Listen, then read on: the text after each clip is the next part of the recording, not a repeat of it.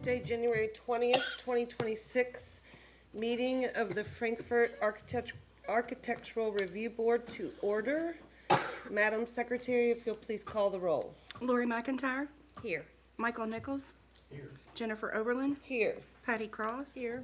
Jane Goddard. John Gilbert. Here. Tucker Billiter. Here. We do have a quorum. Thank you. Next is the approval of the November 18th, 2025 and December 4th, 2025 meeting minutes, or just, yeah, both meeting minutes. I will entertain a motion. Motion approved. Second. Madam Secretary, please call roll. I think that's an all All in favor, say aye. Aye. Ayes have it, minutes approved. Next, we move on to the first order of new business, the chairperson's report and administrative approvals. I do not have a report, so we will turn it over for administrative approvals. Good evening. I'm Vicki Bierenberg, Historic Preservation Officer. I have 3 administrative approvals to tell you about from the period of November 7th to January 12th. In the Special Capital Historic Zoning District, we issued a permit for a carport that was less than 200 square feet in size. Also a permit for the carport was at 217 East Todd Street. And at 119 West Todd Street, we issued a permit for an 18 by 18 inch paver patio and retaining wall, which is not visible from a public right-of-way. In the Central Business Historic Zoning District at 214 West Main Street, we issued a permit to move an existing sign across West Main to new offices. OHM is opening a new office, and the sign is moving with them. So that's all I have for that. I do have a few staff updates, just to kind of let you guys know what's going on with historic preservation activity in the city. First of all, we have hired HMB to work on the Holmes Street survey project that you all endorsed last year, and we applied for funding from the Kentucky Heritage Council for. We had a public meeting on December 17th and invited the neighborhood to come and learn about that architectural survey and also the National Register designation process. And we had about a dozen people that showed up for that meeting. So that was good. The project manager from HMB, Cynthia Johnson, was there to answer any questions they might have. And the field work is set to begin before the end of this month. This will be for approximately 80 properties. We were asked by the Heritage Council to divide the project into 2 phases. So we will be applying for grant funding to complete the 2nd phase, and that deadline to apply is March 3rd. The first phase of the survey will be completed by June of this year, and the 2nd phase, if we are awarded funding, will be completed by June of 2027. Also in December, we applied to host the May 2027 statewide Historic Preservation Conference in partnership with the Kentucky Heritage Council. Our local partners include Visit Frankfurt and DFI, and we will be applying for a 2nd CLG grant by March 3rd to ask for a little bit of funding to assist with the planning and presentation of this conference. You may have noticed I have not scheduled a work session for 2026. We normally do that in February. It's just been incredibly busy, and a lot of us have been sick, including myself.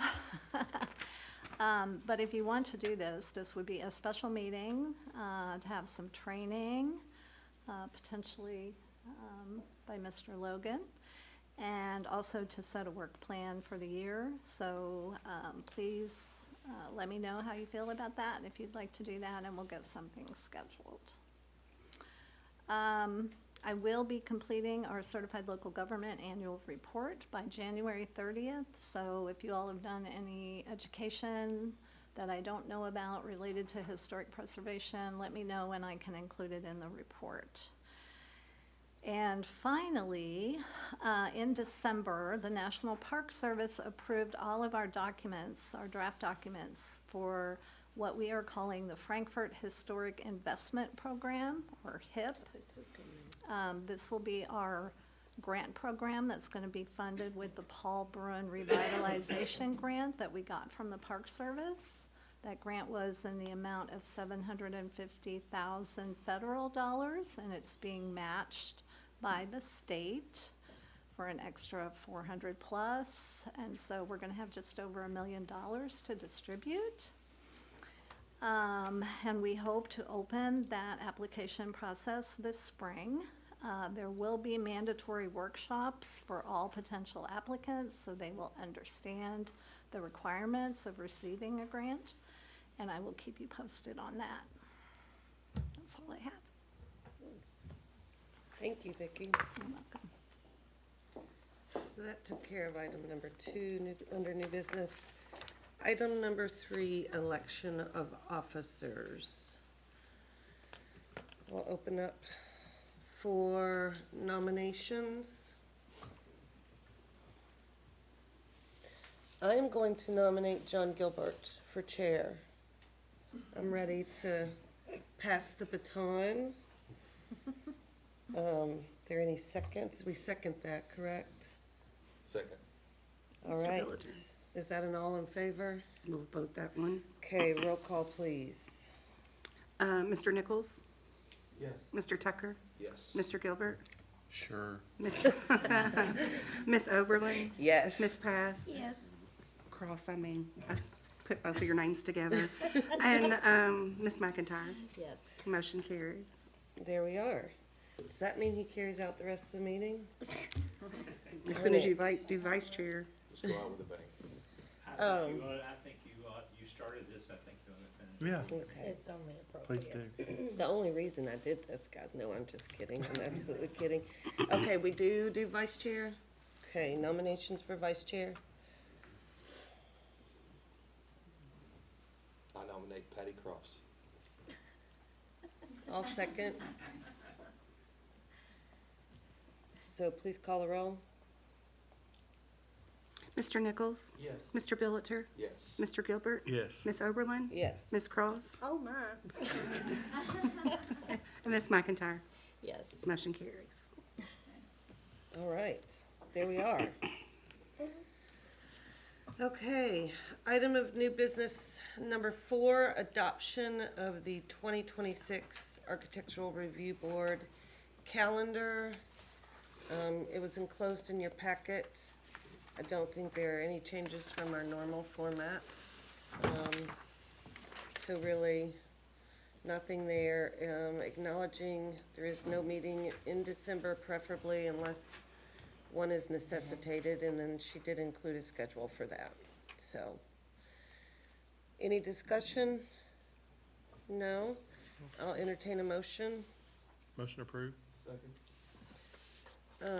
Was that you, Mr. Nichols? Thank you. I think so. Please call the roll. Mr. Nichols? Yes. Mr. Billiter? Yes. Mr. Gilbert? Yes. Miss Oberlin? Yes. Miss Cross? Yes. Miss McIntyre? Yes. Motion carries. All right, calendar's been adopted. Now we will move on to item number 5 under new business.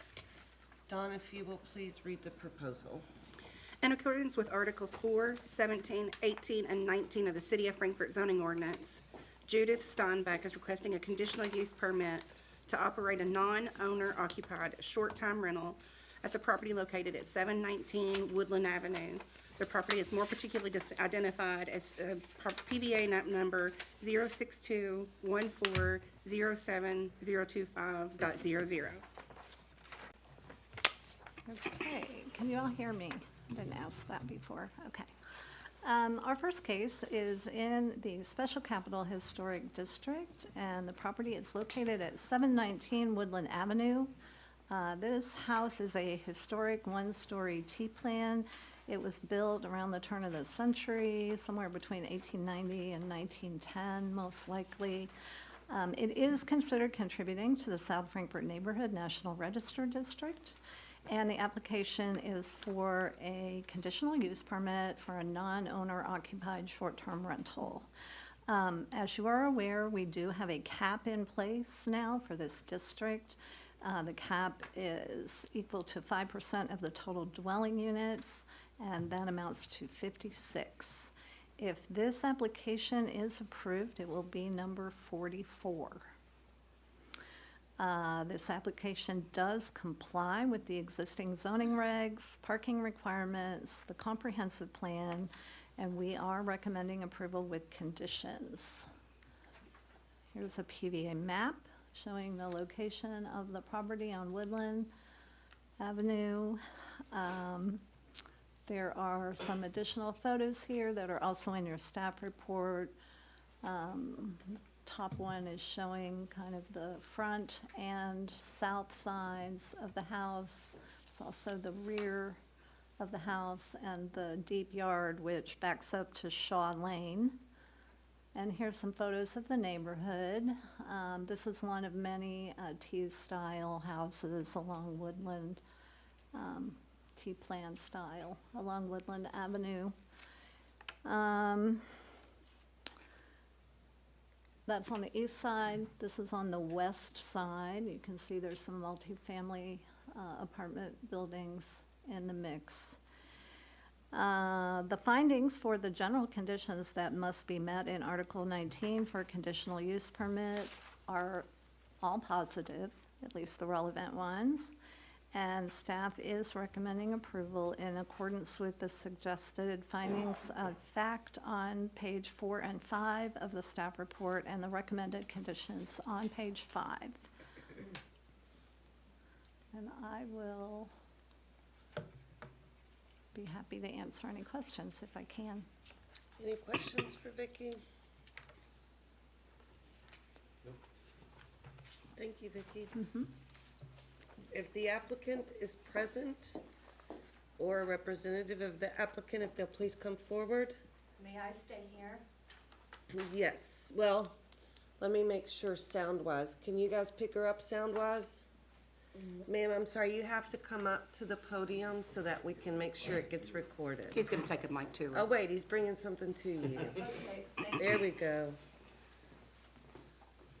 He's gonna bring the podium to you. How's that? Thank you so much. So if you'll please state your name and your address. Judith Steinbach, 719 Woodland Avenue, Frankfort, Kentucky, 40601. And did you receive a copy of the staff report? No, I did not. Ooh, no, I did not. To that address? Okay.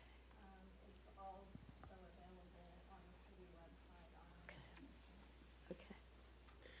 I'm not sure I've ever seen where the applicant hasn't received the staff report. Have to defer to legal. Well, it depends on whether she wants to talk you out of the recommended approval. So normally I would ask if you've seen the conditions for approval and agreed with the findings in the report. Right.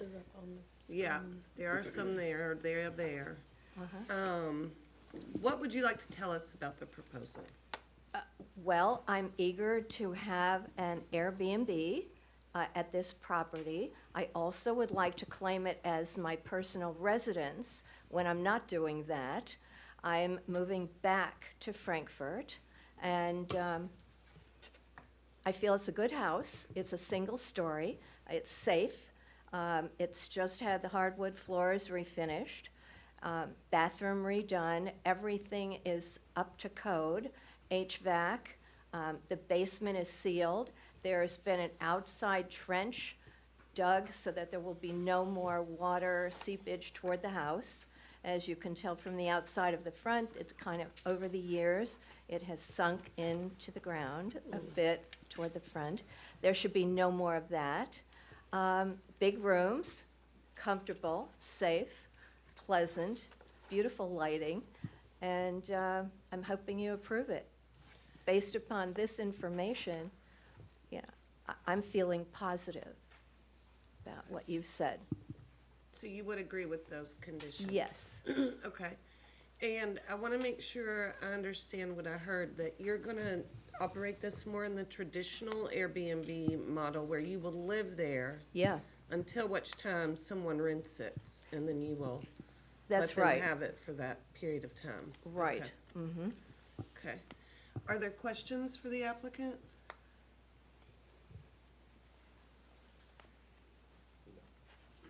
Okay.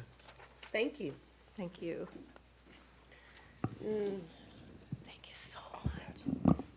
Now, I am going to assume there are members of the public here to speak on this proposal, and if so, if you'd raise your hands.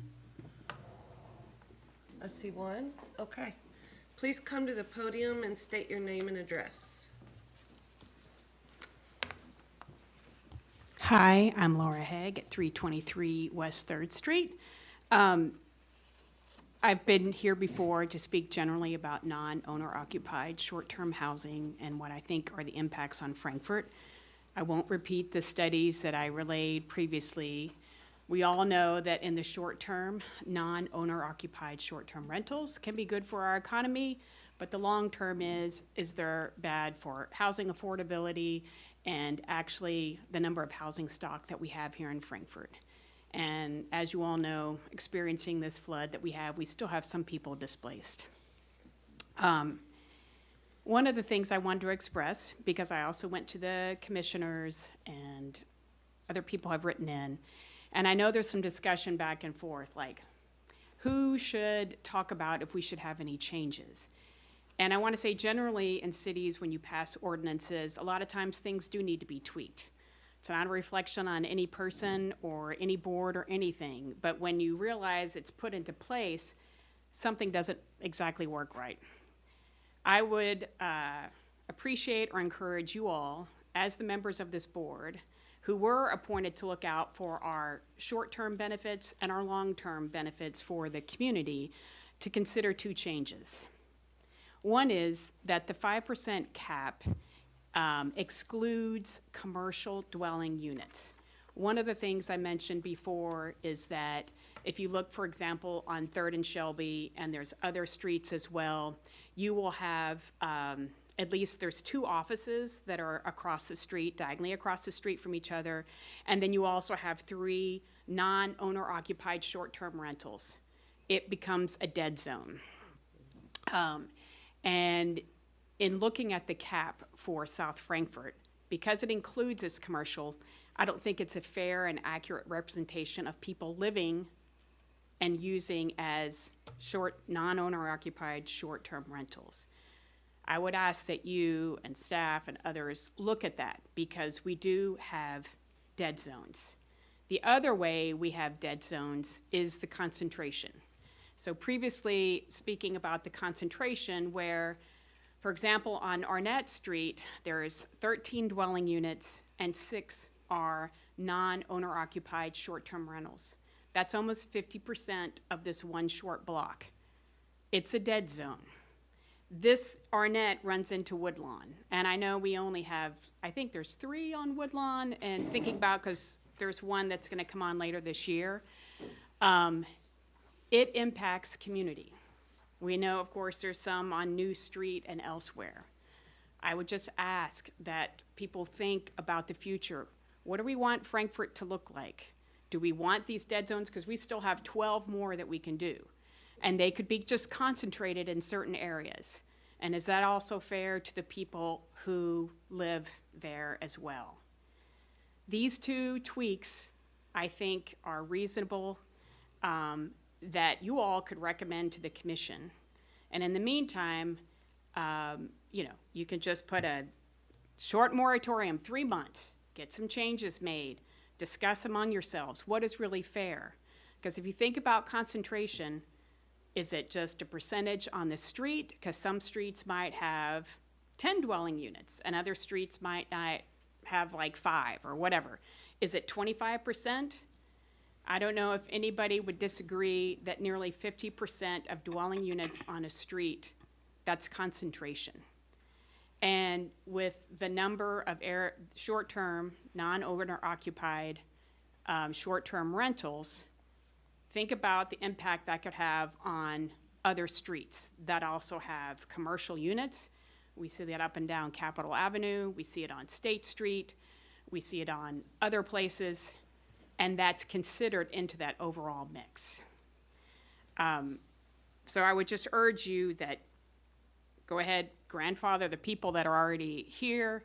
I'm sure some people may not appreciate that I'm speaking against non-owner occupied short-term rentals, but I speak from the heart, someone who's born and raised here in Frankfort, and knowing what impact it has on streets and neighborhoods. People lose their neighbors.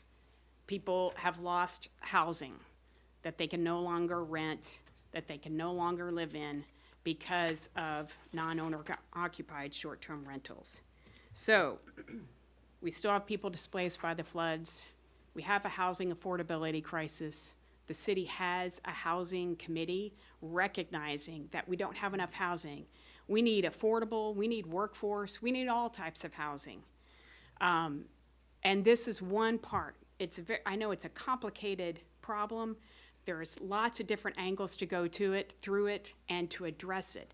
But I think this is one important part where you all, as the members of the ARB, can make a solid and fair recommendation to the commission on changes to this ordinance before we impact other streets with a high concentration of non-owner occupied short-term rentals and an impact on our neighborhoods. Thank you. Thank you. Thank you. Any questions? Okay. It's good timing with, oh, are you here to speak as well? Okay. Please come forward and state your name and address. John Gillig, 120 West Todd Street.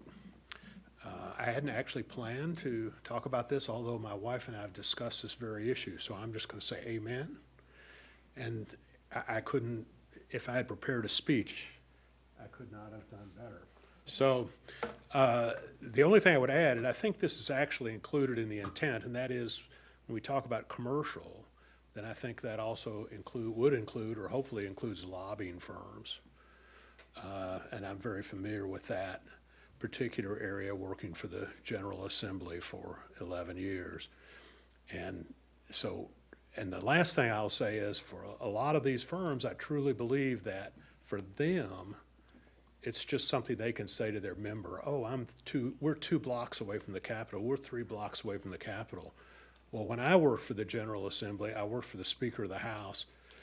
Members of the House and members of the Senate didn't typically go down to these houses or whatever it is that's there. Northern Kentucky, they'll have a big event. Lots of these places will have an event that members will go to.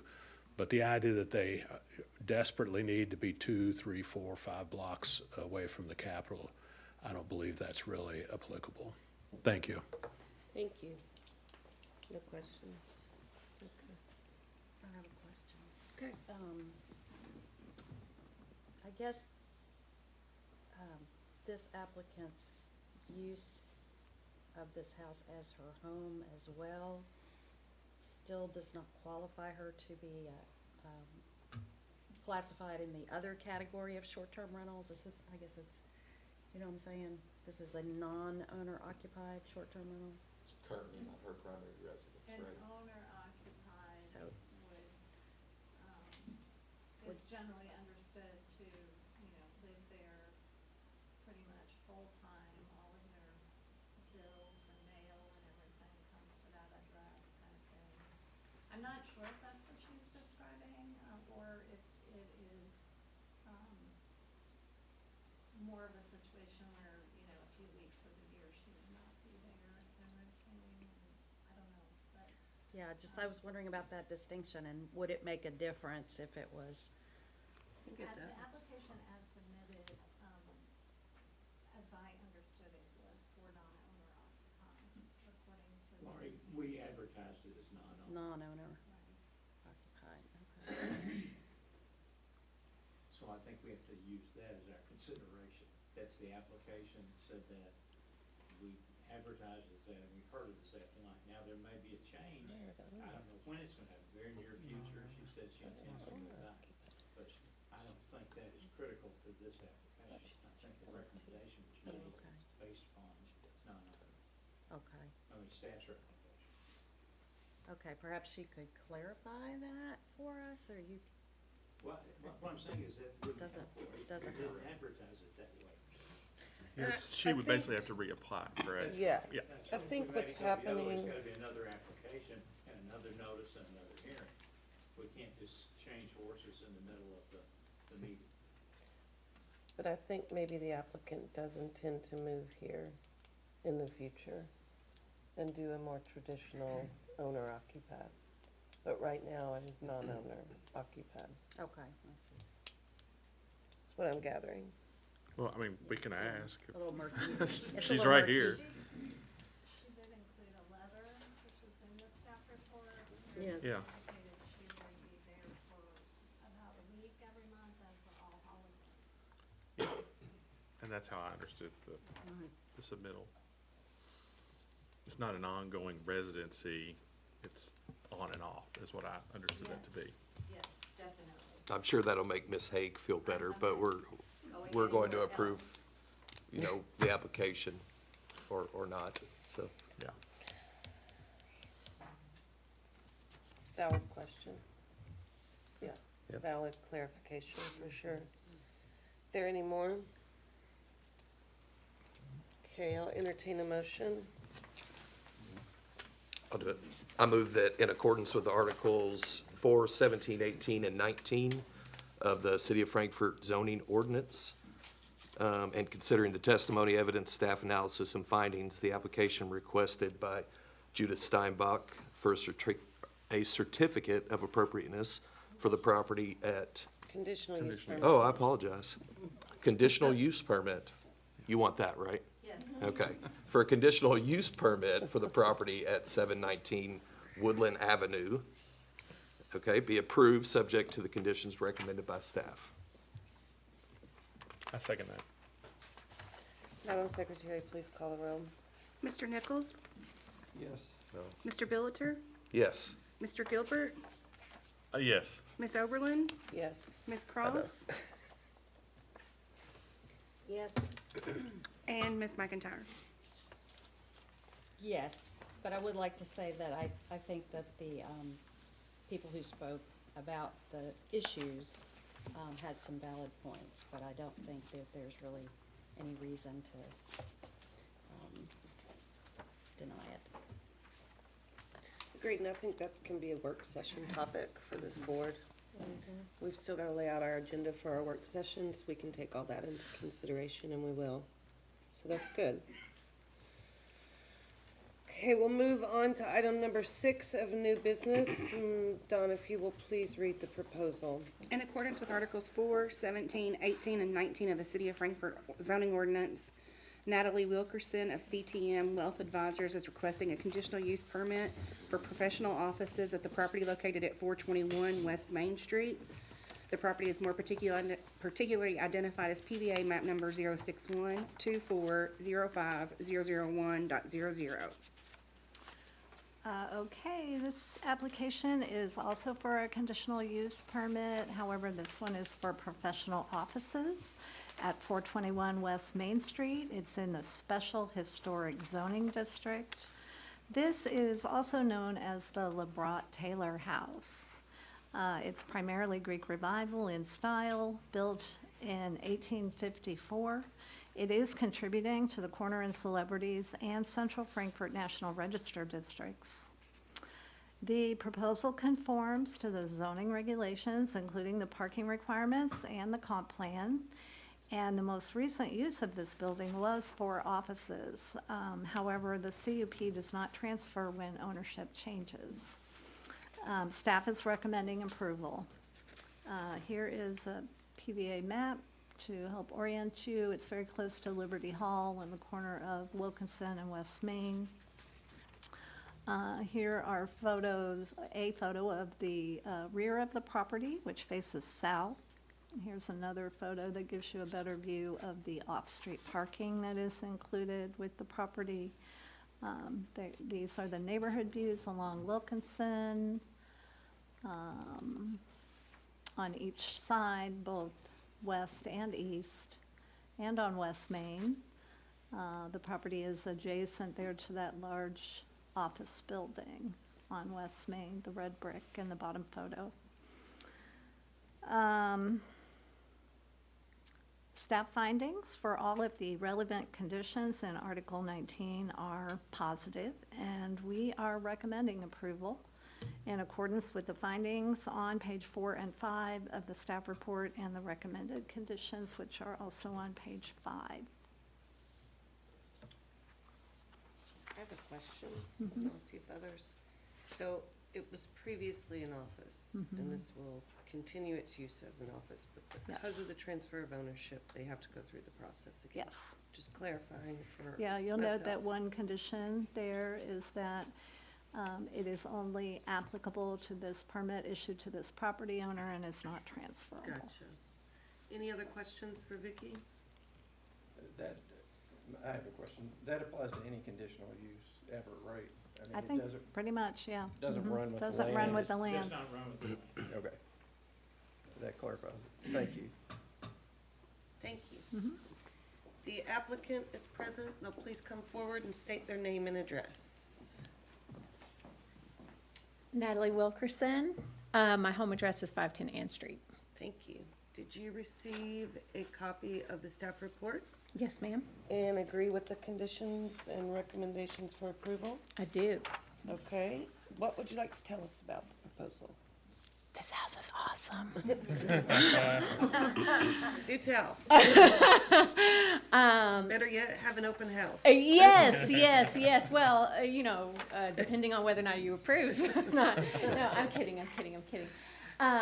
We are, the current offices are located at 307 Washington Street, around the corner. We will be relocating from that contributor to the district to 421 West Main Street. We are excited, so excited, and we're going to be great neighbors. Right, John? Questions for the applicant? You care to tell us what you're gonna do with Washington Street? Gonna be a single-family home? Well, Tucker, as you maybe know, I like single-family homes, and I like holding on to properties. Awesome. So I hope that's in its future. Not to put you on the yes. spot or No, anything, no, no. just I curious. hope that's in its. I hope that's in its future. We need to get over there before we really decide what to do with Excellent. it. But yes, Natalie, we have other offices in, or just yours? In the new building? only one office. Yes, only one professional office, one firm. Thank you. Yes. Nice. Thank you. Thank you all. Thank you.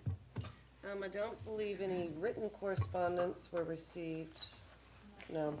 Are there any members of the public here to speak on this proposal? Being none, is there any discussion amongst the board? I will entertain a motion. Sure. Get him, John. I recommend, or I request a motion that in accordance with Articles 4, 17, 18, 19, that You're gonna approve. 421 West Main Street request be approved based on the findings of fact and the conditions found on pages 4 and 5? Yes. Did I Second. miss anything on there? Conditional use permit for approval. Yes, thank you. I second that. Oh. Yep. Please call the roll. Mr. Nichols? Yes. Mr. Billiter? Yes. Mr. Gilbert? Yes. Ms. Oberlin? Yes. Ms. Cross? Yes. Ms. McIntyre? Yes. Motion carries. Thank you. All right, looks like item number 7 of new business has been scratched. So we're gonna be moving on to item number 8 of new business. Madam Secretary, if you'll please read the proposal. In accordance with Articles 4, 13, 17, and 18 of the City of Frankfort zoning ordinance, Tony Hatchell of Benu Enterprises is requesting a variance and a certificate of appropriateness to allow an additional 8 square feet of signage at the property located at 105 West Third Street. The property is more particularly identified as PVA map number 062-3105-005.00. Okay, we're gonna jump back across the river into South Frankfurt now. This application concerns 105 West Third Street, which is on the corner of Third and Capitol Avenue, and it is in the Special Capital Zoning District. And the application is for a variance and a certificate of appropriateness for an additional 8 square feet of signage. This property is a historic late 19th century residence that has been used by the Republican Party of Kentucky for office space since 1974. The lot has been consolidated more than once. The house was recently expanded with a large addition, which was approved for construction by the ARB in 2024. The addition is connected to the historic house at the rear, and it has the appearance of a separate property, which helps to maintain the historic integrity of the original building and the district as a whole. The original house is contributing to the South Frankfurt Neighborhood National Register District. The consolidated lot is approximately 200 by 200 square feet, so it's very large. This property currently has 23 square feet of signage on it. Some of it predates the current zoning ordinance for the Special Capital District, which limits office signage to a maximum of 8 square feet. And So the maximum is 8, and they currently have 23. They are asking for an additional 8.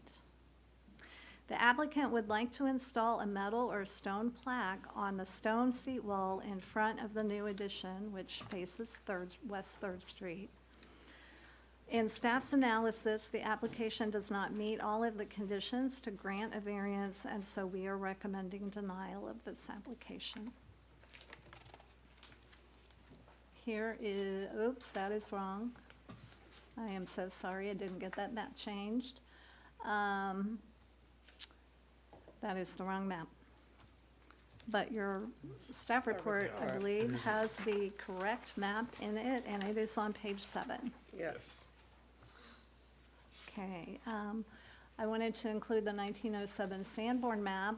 The arrow is pointing to the original historic house on the property. You can see that the lot now includes all 4 of those adjacent lots there. And there used to be a house on the east side and a duplex on the west side. This is a rendering of the proposed signage, which is compatible with the existing signage. It's basically the same metal material. They'd like to place it on top of the seat wall as opposed to embed it in the front. And it also, they're also asking, you know, it might be metal, it might be stone, but either of those materials are compatible with what's on the property and also in the district. However, you know, it's more about the amount of existing signage rather than the design and materials. Here's some photos that show you the existing signage. The signs near the flagpole were installed in 1979, according to the street file that I reviewed. The sign along Capitol Avenue was installed in 2003. Here's a photo of the new addition and the seat wall in the front, where the new sign is proposed for installation on top. I've also included a couple of photos of comparable properties. You might remember, and again, this particular property is located not on a corner lot, but it is on Capitol Avenue. It's 418 Capitol. It does have a lot with similar square footage in total, although it is not, you know, located on a corner. But this property was granted a variance and certificate of appropriateness for the sign that you see here, by this board like 2 or 3 years ago. And then the other property that's comparable is at 401 Capitol Avenue, which is also on a large corner lot. It does have similar square footage and a limestone wall around the perimeter. It is used as offices for the Kentucky Educational Association, but the only signage is the lettering that is placed on the entrance entablature above the door there. Staff has more negative than positive findings for the required conditions for a variance listed in Article 18. Those are in the staff report on page 3 and 4. I have also included in the staff report an analysis provided by the applicant of those conditions, and you could choose to adopt those findings or devise your own if you do not agree with staff. However, based on the information contained in the application, our evaluation within the context of the property's significance, neighborhood character, preservation goals for the city of Frankfort, compliance with the comprehensive plan, compliance with the existing zoning regulations, and in accordance with the findings on page 4 and 5 of the staff report, we are recommending denial of this request. I'm happy to answer any questions. Before I do, though, I will let you know that if you do grant the variance, a separate action will be needed to grant the certificate of appropriateness. And staff does find the design and materials to be compatible with the existing signage. In the event the variance is granted, we would recommend granting the COA with the conditions that are on page 7. Questions for Vicky? I have a question. Is this just gonna be replacement of the existing signs, or this will be include placement of a, They have not suggested that they will remove any signage, although staff did suggest that that might be a better avenue for them to take. okay, so the signs that are already there are gonna stay where they are as they are, is that correct? That's my that's staff's understanding, Okay, yes. and the new signage would be in front of the addition? It would be in front of the addition. Okay, that's all I have. Thank you. So just to, in review, 8 square feet's roughly the current ordinance, and then there's currently 24 square feet. They're asking for an additional 8, so they get you around 31. So it'll be around 31. And you've got one building that has the appearance of 2 on that corner, and we've got 2 different signs that are already out there. One says the Mitch McConnell Building, the other one's a corner one that's the Republican Party. This Right. one would be on the opposite street of the other Mitch McConnell one. So there's effectively 4 signs with potentially 4 times the amount of signage on the same property. If you grant the variance. Yes, if granted, yes, correct. Okay, thanks. I do have a question, and it's probably not for you, but is the Mitch McConnell building the entire thing? Or just the new addition? I don't think I should answer that question. Okay. I don't know. I just find it a little confusing as to what's what, and perhaps they need to kind of think about that. I mean, technically, it is an addition. It is connected to the main building. I agree with you, Patty. I think it has the appearance of being 2 buildings, which is how I know that staff steered them in that direction for a particular reason. So it does seem confusing that you would have signs designating the Mitch McConnell Building on 2 different street frontages when it has the appearance of being 2 separate buildings. So it's like, which one is it? Which is the Mitch McConnell Building? For clarification, just to make sure you saw it in the staff report, there is language in the ordinance that says that each separate office may have a sign limited to 2 square feet that's fascia mounted, so on the face of the building. So as I interpret that, it would seem that that addition could have that amount of signage attached to the front of the building, not the wall, but. That may Made sense. Yeah. Which is not in this proposal. And that would have been administratively approved.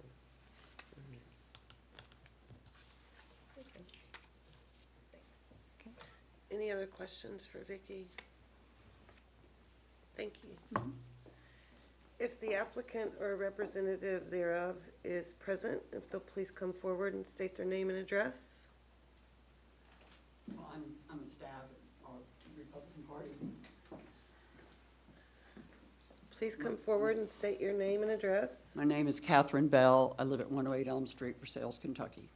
And did you or have you seen and received a copy of the staff report?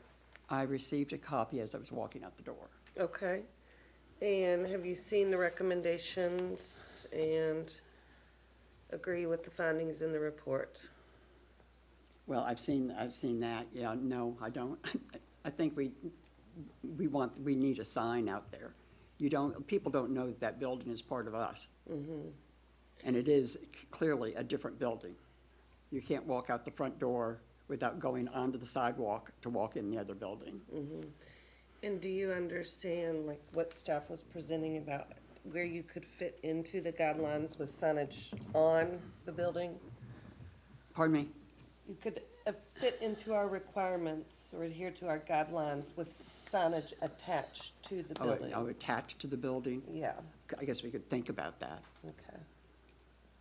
okay. Any other questions for the applicant? And correct me if I'm wrong, Vicki, but I remember reading in here, I think it was discussed about having the current signage and then adding the signage. Has there been any consideration about reducing the signage to allow the signage? Because I completely understand, having driven by there is no official signage in front of that addition. And desiring to want something at that location. But looking at it in total, you do have you have 3 locations of signs, 2 on one street and 1 on the other, with the corner being the flagpole. This ends up being that 4th one. If you will, was there any consideration in reducing what you have so that you have a sign at that location for Well, I entry? mean, this is the first time I've heard of it, that maybe we should remove a sign. Sure. And I'm assuming that if we did that, we would remove the McConnell building sign that's on Capitol. Does that mean that I remove the whole wall, or do I just remove the sign? I don't think we can get into things like that. I'd encourage you to work with staff to figure Okay, out the but I regulations. can consider that. I certainly cannot make that decision by myself. That's not my pay grade. But I can certainly go back and discuss it with my group and let them understand, that we do have too much signage, and that it is, if we remove this sign, we can have another sign. I think it's I a can good certainly do that. solution. May I ask a question, Commissioner? Were you given authorization to explain let me indicate, you have 23 square feet. The ordinance says you can have 8. So adding additional is an additional non-conformity of the signs.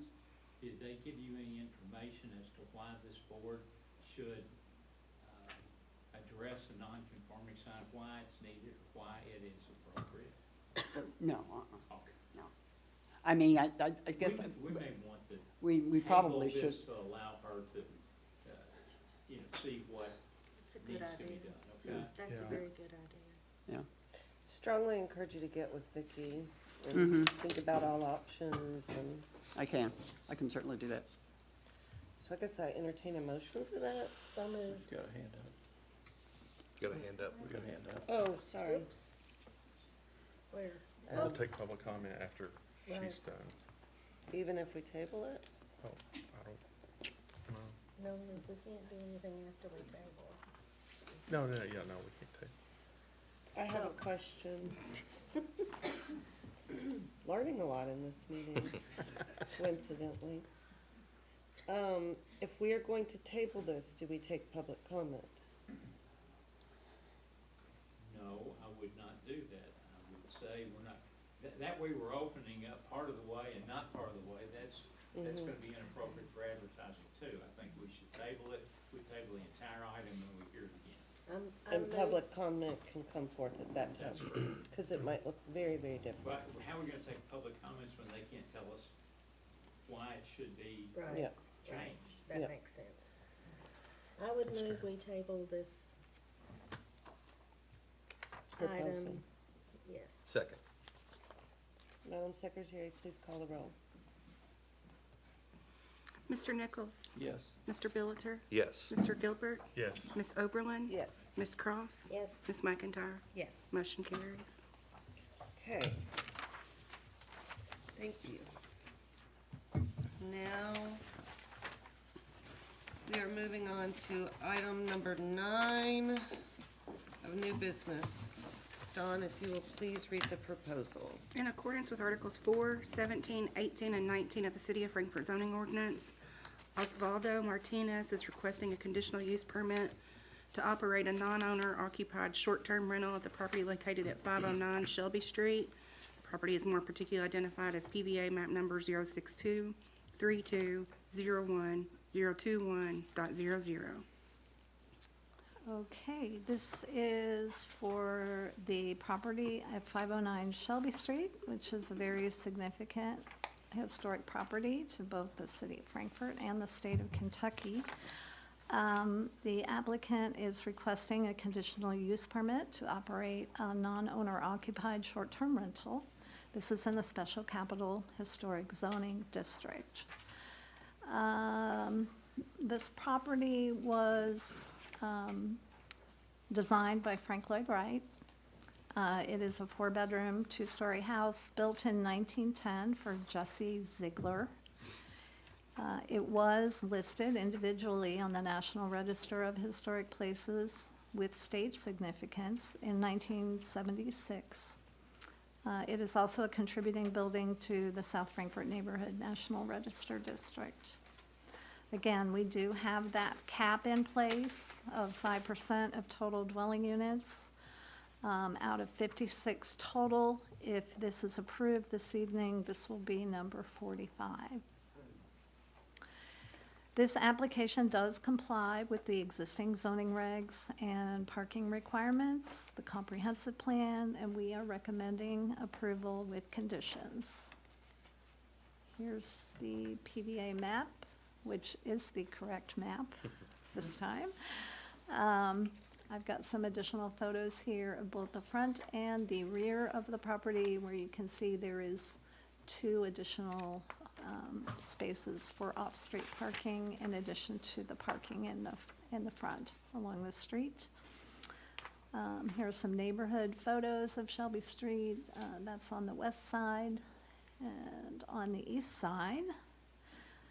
The findings for the general conditions that must be met in Article 19 for a CUP are all positive. And we are recommending approval in accordance with the suggested findings of fact on page 4 and 5 of your staff report and the recommended conditions on page 5. Questions for Vicki? I have one question. Like one of the previous ones, are there adjacencies that, I mean, I didn't see a map in here that had the adjacencies, like. Oh, previous- right. I did not include. Of others similar. I did not include a map for this particular one showing nearby because they were not quite as concentrated as over on Woodland. There is a 10-unit apartment building on the corner of Shelby and 4th Street, I believe. And Campbell. or Campbell. Is it Campbell? Yeah, it is Yeah, Campbell. it's Campbell. Oh. In the You're report, right. it's 4th and Shelby. That would be the closest one, and I think that those units were made into short-term rentals prior to the change in the ordinance.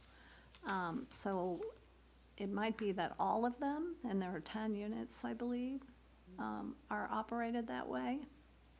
But I'm not exactly sure if it's all of them or just a portion of them. There's also one registered at the barracks, which is in the next block south, but I'm not sure if that's currently operational either. It's right next door to me, it is. Okay. Just a moment, we Yeah. can only take testimony when the court report can get it down. So if the audience can wait and come up and talk, that would be better. but there are none other on that 500 block of Shelby Street. Thank you. And I just wonder, moving forward, if we shouldn't ask for grandfathered in numbers too.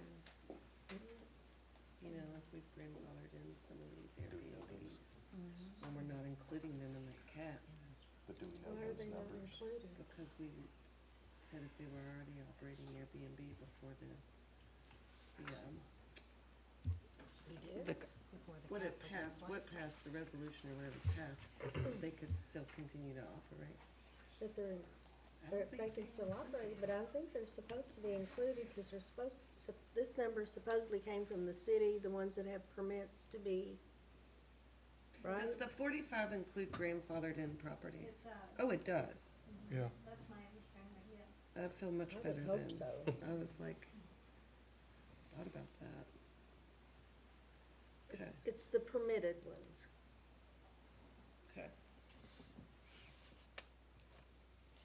So I take it there were no more questions for Vicki? No. Would the applicant please come forward and state your name and address? Or applicants?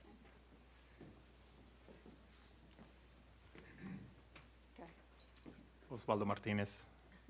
And Parker Borowski. We live at 7804 Carnes Road in Townsend, Tennessee.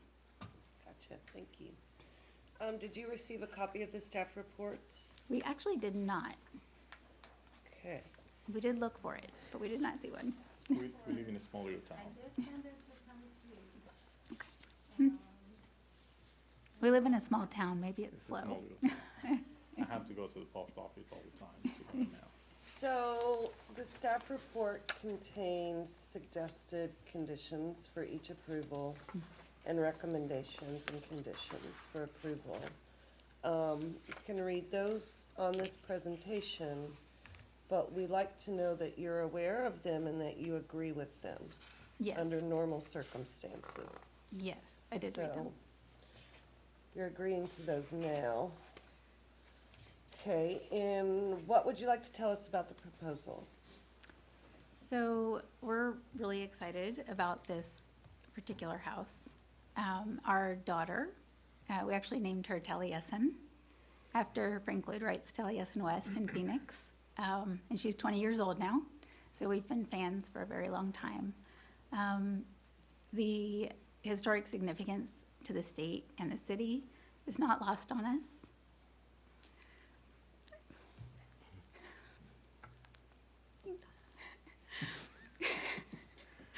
I'm just emotional because we're excited to share it with other people and so they can experience some of the architectural significance. So, yeah, we're getting Frank Lloyd Wright furniture, furnishings, historic furnishings. We've gotten on auctions and so forth. So, you know, the city's been great and welcomed us in.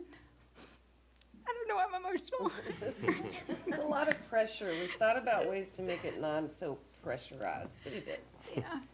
Yeah. Okay, anything else you'd like us to know?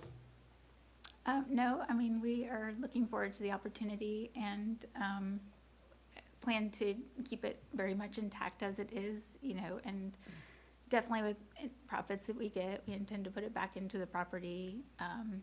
Landscaping, there's some details that need attention and everything, but, you know, of course, any changes that need to be made, we would run through the architectural board, but our intention is to keep it very much in line with as it should be. So. And is there gonna be any sort of like screening of who, I don't know the right word for it, but Yeah, absolutely. So the channels that would be used for short-term rentals definitely have screenings, guests with reviews, guests that have been, so for example, Airbnb, we can have requirements where they, you know, have been on Airbnb a certain amount of time or have a certain rating, but our intention is it probably will not be an inexpensive short-term rental. And it'll probably be catered to those that can appreciate and want to come and see Frank Lloyd Wright. This is not frat party Airbnb. This is, you know, historic appreciative type guests that we're looking for the property. Yeah.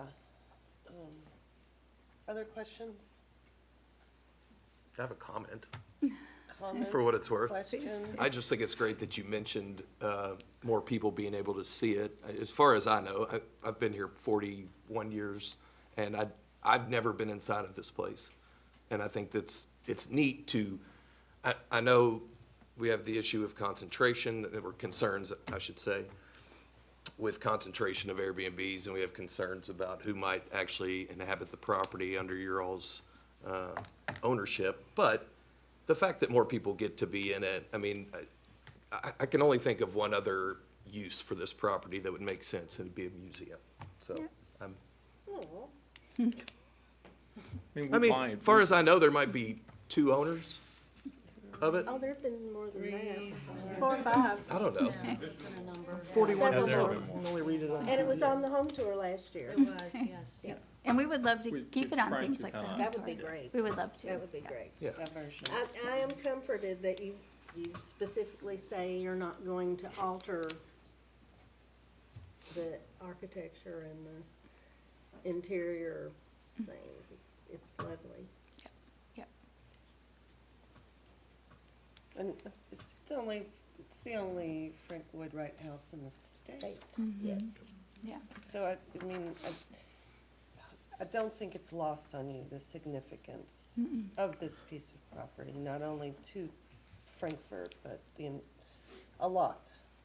Yeah. And I personally do not own or operate an Airbnb, and I don't know how you insure, but I feel like there has to be, I would hate for something to go wrong with this concept. No, absolutely. We, no agreements and understandings and so forth. And we have a lot invested in it as well, like the furniture that we're purchasing, we got some on an auction, we're spending quite a bit of money on it, so it's in our best interest as well to Right. ensure it's in good condition.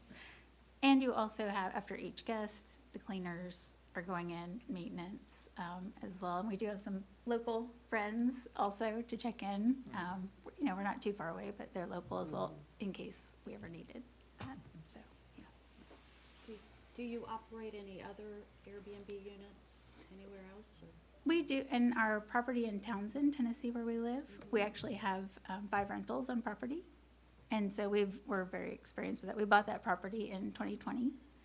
And so it's not, we actually live on property with them, which is great. And so we had great experience with that, interacting with guests, and no incidents, no wild parties or anything. So we also very carefully screen those as well. Any other questions? Thank you. Great, thank you. And if there are members of the public that would like to speak on this proposal, if you'll please raise your hand. 1, 2, okay. If you'll please come forward and state your name and your address.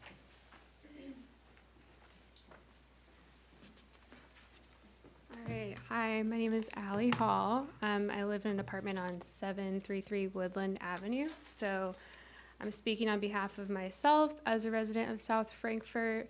I'm urging the board just in general to consider, like we've talked about, the concentration of short-term rentals. Living in this community and working in this community, it's a goal of mine long-term to be able to buy in South Frankfurt. And so every time something gets classified as a short-term rental, it feels like an opportunity has been taken away from the next generation of South Frankfurt residents. But just in general, when I moved to Frankfurt in 2021, the sense of community here is unlike anything I've experienced in any other town. I think it's really special. And the Ziegler House is a point of pride for the capital city, as you guys know. But I want to discuss more specifically with the city ordinance, with the maximum number of persons residing 2 times the number of bedrooms plus 4. So we're looking at potentially 12 people being able to stay. Does this relate to this item? I'm concerned that we're talking about topics that we're supposed to act on, but we haven't advertised. And we haven't allowed anybody to come in and make comments.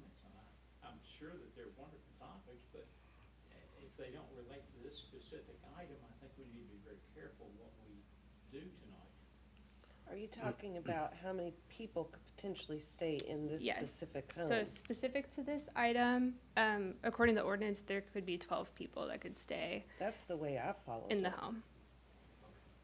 Thank you. And so just kind of considering that, in terms of the already limited street parking on Shelby Street that we all are aware of. So I just wanted to call attention to the 12 occupants and parking situation specifically. Thank you, guys. Thank you. Thank you. Are there other members or members of the public? Oh, sorry. Okay. Please state your name and address. Tony Boer, 300 South Stellar Drive, Shelbyville, Kentucky. What was your last name again? I'm sorry. Boer, B-O-E-R. Thank you. I am a personal friend of Parker, but I live here in Kentucky, Shelbyville, just the next county over. I had a property here in Frankfort, but I lost it in the flood last year. And so, but anyhow, just wanted to be of help to Parker as I helped her choose this home, knowing that she loves Frank Lloyd Wright as much as she does and what they appreciate of his work.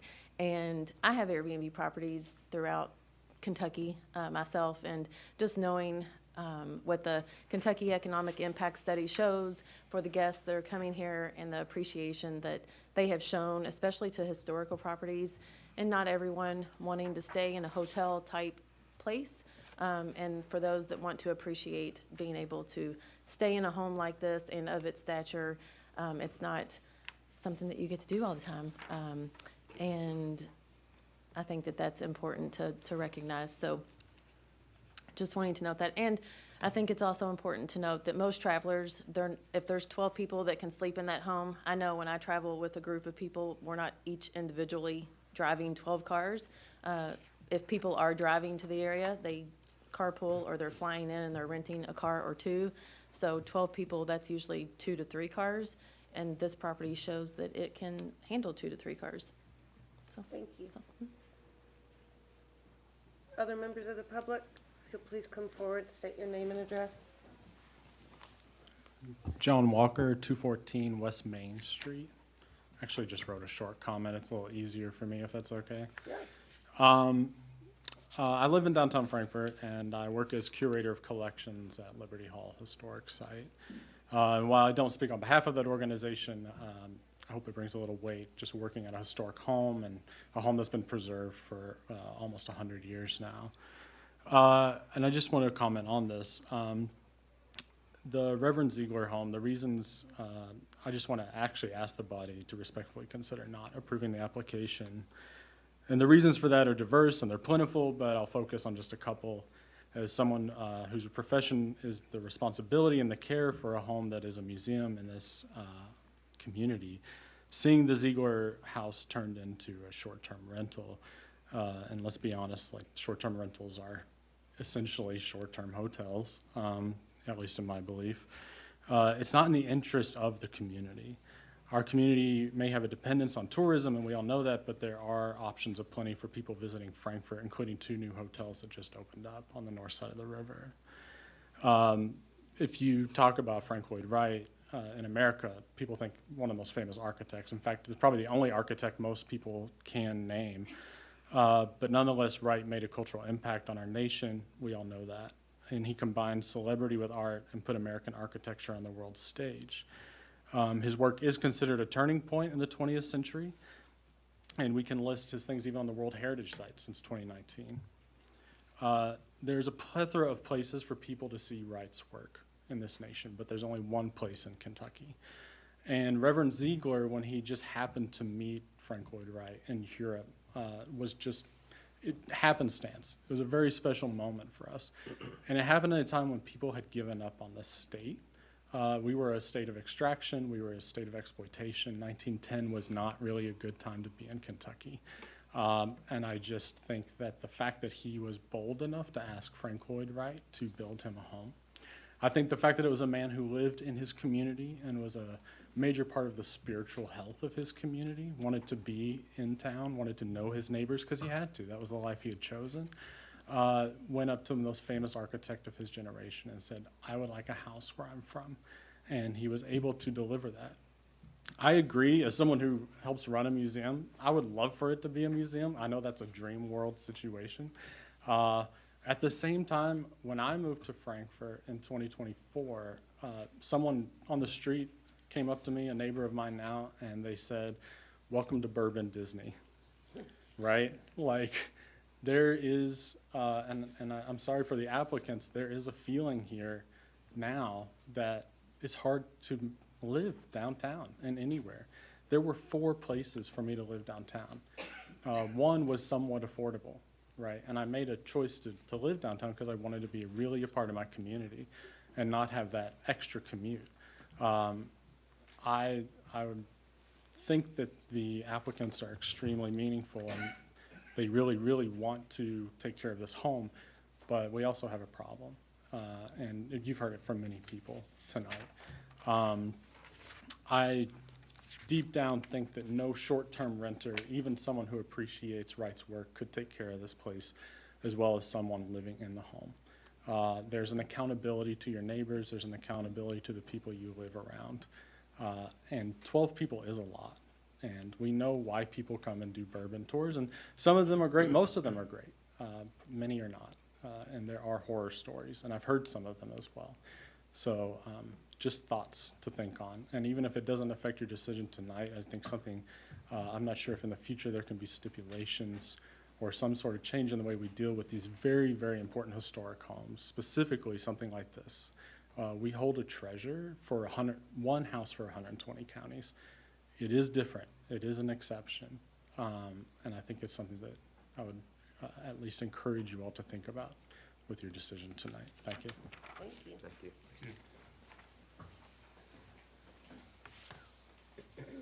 One more member of the public, please state your name and address. Hello, Melissa Gowan, 4615 Stone Ridge Road, Crestwood, Kentucky, 40014. Soon to move to 4452 Frankfurt Road in Shelbyville, Kentucky. So I just wanted to attest that I'm a personal friend of Parker's, as well as a business colleague of hers as well. And I can attest to her character, that she's very professional. She deeply cares about this house. She is not going to allow it to be abused. As short-term rental owners, we invest a ton of money in these properties. We have just as much interest as you guys to preserve this property. And as a, excuse me, short-term rental owner myself in Frankfurt, in Lawrenceburg, and Louisville, you know, I'm at my properties all the time. They are better than my own home. We take care of these properties better than our own home because they are our income and our livelihood. And I can attest personally that Parker would take care of this property. And I live in the area, and I've also am going to be helping her take care of the property. So thank you. Thank you. Thank you. Was there discussion? It's got one more. Oh, sorry, just want to say one thing. Please state your name again for the record. Parker Borowski. And I just wanted to say that I have no intention of cramming 12 people into this house at any time. So I believe in no more than 4 per bathroom anyway, so 6 to 8 max. I don't know if this matters. I guess we could put 12 if we wanted to, but that's not our intention whatsoever. So I know that was brought up a couple times. I just wanted to clarify that. Thank you. Thank you. No discussion? I wanted to add, State your name again, please. Tony Boer. As the real estate agent on this transaction, there were 4 offers on this property when it was for sale, when Parker also was an offer. All 4 offers were to use this home as a short-term rental. None of them were to use it as a personal residence. Thank you. All right. No question. You did? I don't. Okay. I'm here to entertain a motion.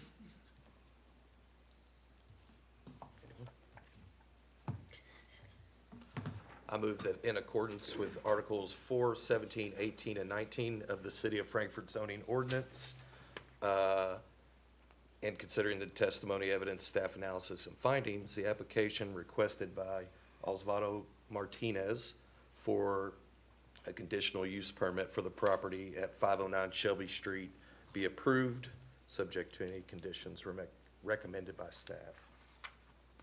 Is there a second? I'll second. Madam Secretary, please call the roll. Mr. Nichols? Yes. Mr. Billiter? Yes. Mr. Gilbert? Yes. Ms. Oberlin? Yes. Ms. Cross? It's a difficult one, but I suppose, based on everything, the response is yes. And Ms. McIntyre? Yes. Motion carries. Thank you. Okay, moving on to new business. Item number 10. Donna, if you'll please read the proposal.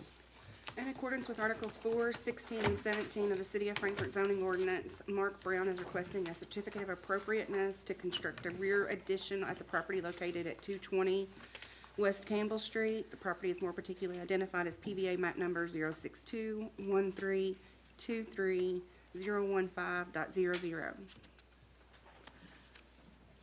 Okay, we are going to jump over to 220 West Campbell Street, which is around the corner from where we just were. This property is also located in the Special Capital Historic Zoning District, and it is an application for a certificate of appropriateness for the construction of a rear two-story addition. This house is a craftsman-style bungalow. It was built in the early 1920s. It has a moderate level of alteration, primarily with the artificial siding that's been applied, but it does have many original historic wood windows. The house is evaluated as contributing to the South Frankfurt Neighborhood National Register District. The proposal meets the majority of the design guidelines for the Special Capital Historic Zoning District, and staff is recommending approval. Here's PVA map. The property is located between Shelby and Steele Street on West Campbell. And here's a photo of the 1925 Sanborn map with the arrow pointing to the property in the upper left corner. Here are photos of both the east and west sides of the house, as well as the rear of the house and the backyard. And here is a site plan showing the addition at the rear. So the rear dormer wall is basically just going to be projecting out into the yard.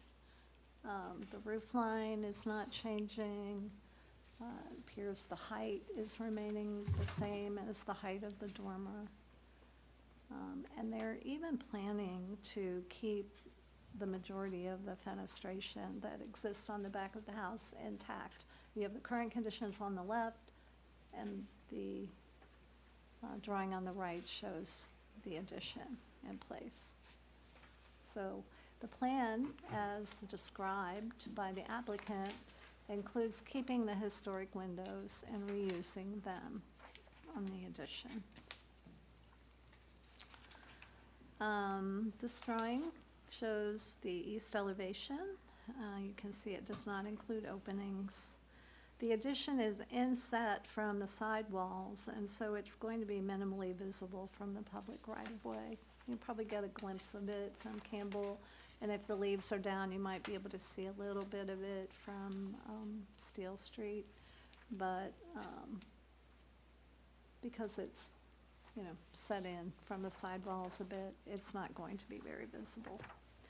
So based on the information in the application and staff's evaluation within the context of the property's significance, key features, integrity, neighborhood character, and preservation goals for the city, we do recommend that you issue a certificate of appropriateness for this proposal in accordance with the findings and recommended conditions on page 3. Are there questions for Vicki?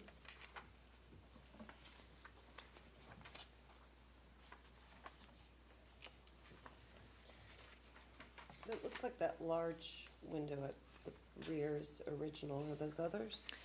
In my estimation, the larger window with the multi-panes in it is a little bit newer than the historic 4/1 windows.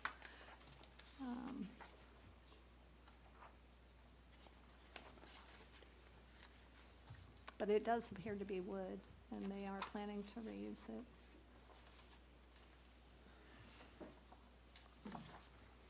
So the overall size of the addition is, it looks like to me it's, looking at the drawings, it's 20 feet deep by 15 and a half feet wide. Yeah, I think I calculated it at about 600 square feet.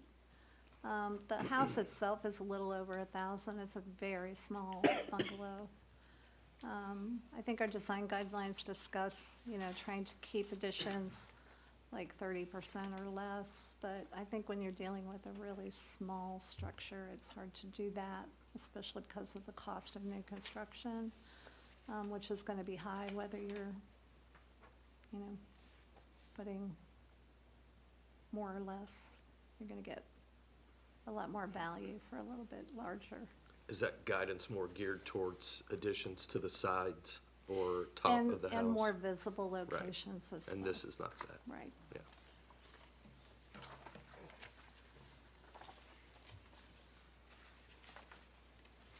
Any other questions for Vicki?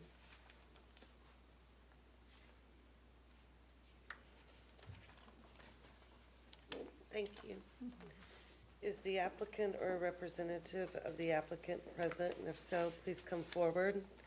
State your name and address. Thank you. Mark Brown, 220 West Campbell Street.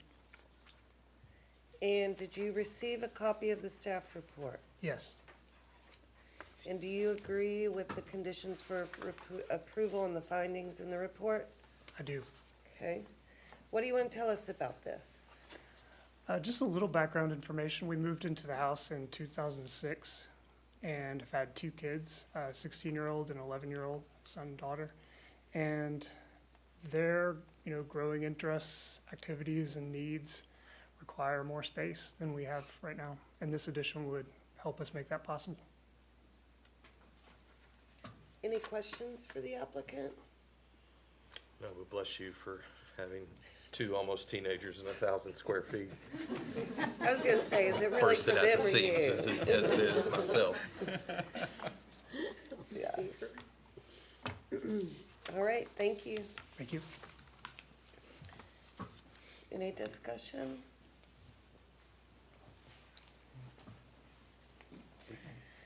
I will entertain a motion. It's her turn.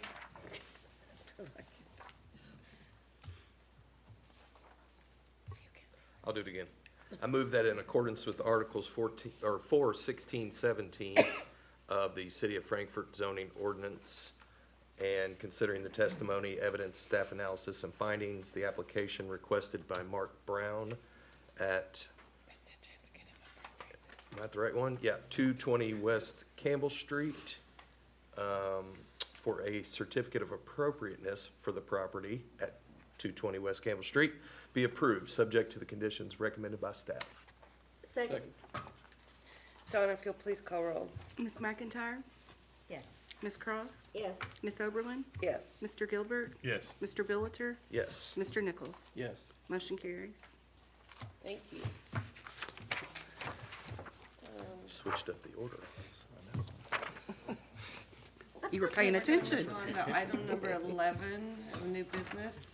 Donna, if you'll please read the request. In accordance with Articles 4, 17, 18, and 19 of the City of Frankfort zoning ordinance, Leslie O'Brien Palmer, on behalf of Catherine Wood Hall and Patrick Jennings, is requesting a conditional use permit for professional offices for the property located at 212 Washington Street. The property is more particularly identified as PBA map number 061-2408-004.00. Okay, this is our final application this evening. We're going to jump back over the river to the north side of it, to the Special Historic Zoning District. And this property is located at 212 Washington Street.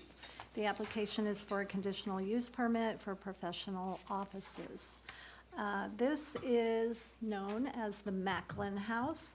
It is a Greek Revival style townhouse. It was built in 1850, and it is contributing to the Corner Inn Celebrities and Central Frankfort National Register districts.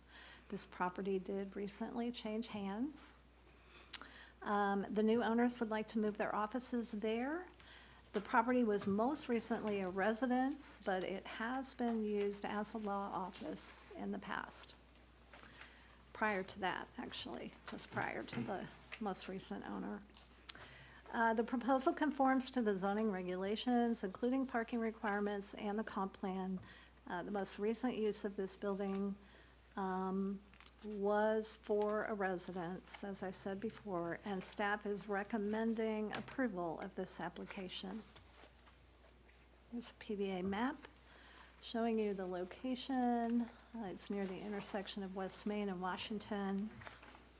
Here are photos of the north and south sides of the building.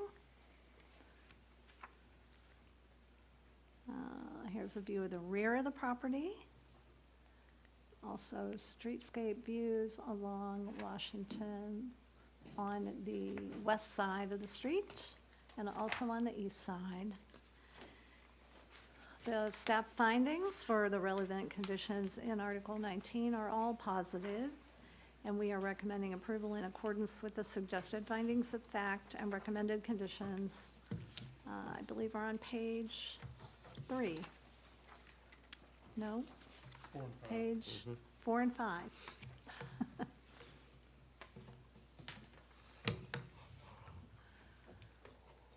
And that's all I have. Thank you.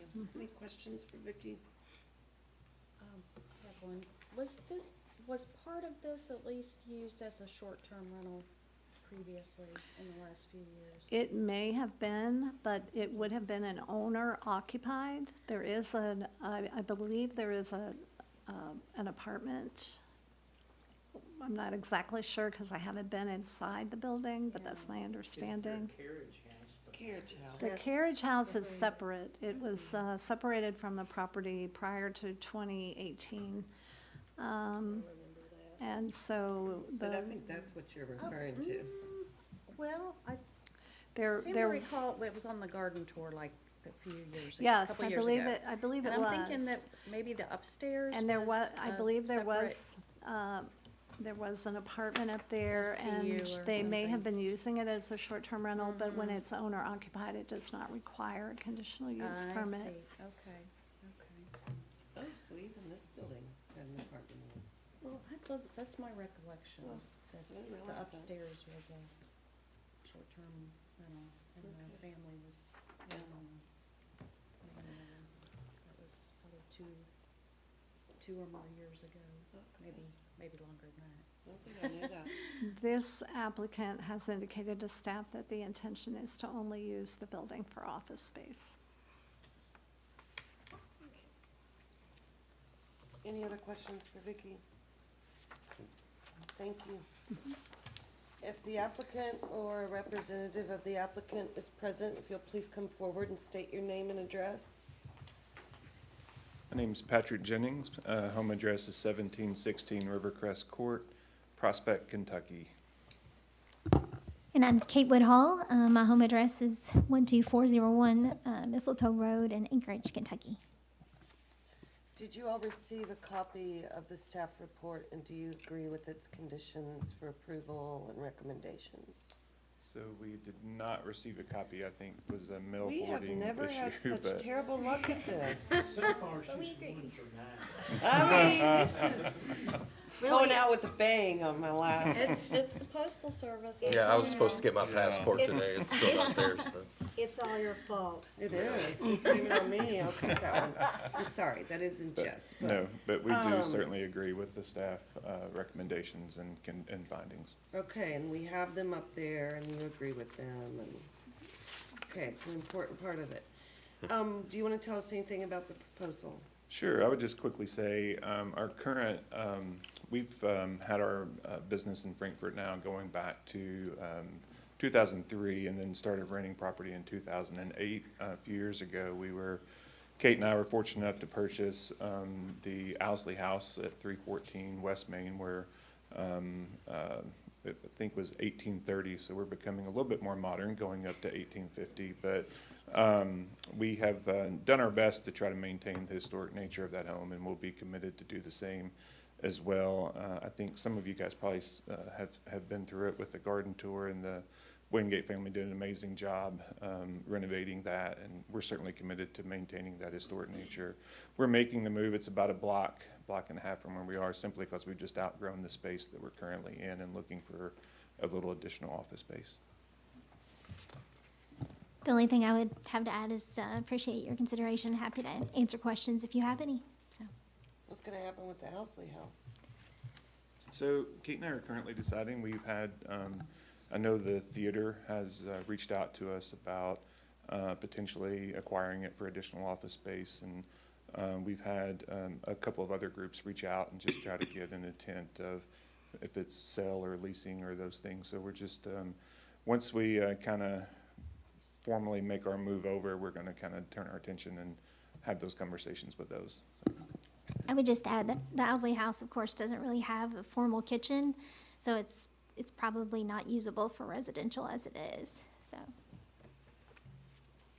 Any other questions for the applicants? Take out.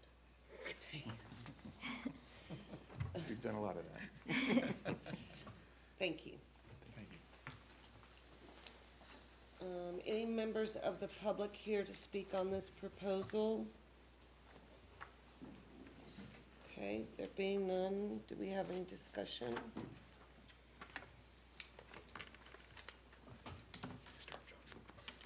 Giving a lot of residential space away tonight, aren't we? This was not residential. It was. It was? The Wingate Yeah. family was there. They sold it. Okay. I would entertain a motion. I move to approve in accordance with Articles 4, 17, 18, and 19 for 212 Washington Street, the conditional use permit based on the findings of fact and recommendations found on pages 4 and 5 that we move to approve. Is there a second? Second. Donna, if you'll please call the roll. Ms. McIntyre? Yes. Ms. Cross? Yes. Ms. Oberlin? Yes. Mr. Gilbert? Yes. Mr. Billiter? Yes. And Mr. Nichols? Yes. Motion carries. Thank you. With that, we'll move on to item number 12. Under new business, citizen comments. Are there any members of the public here to speak? That have not already spoken, want to speak again? We thank you all for coming out. We appreciate it. With that, I will entertain a motion for adjournment. I move to adjourn. Second. All in favor, say aye. Aye. Thank you.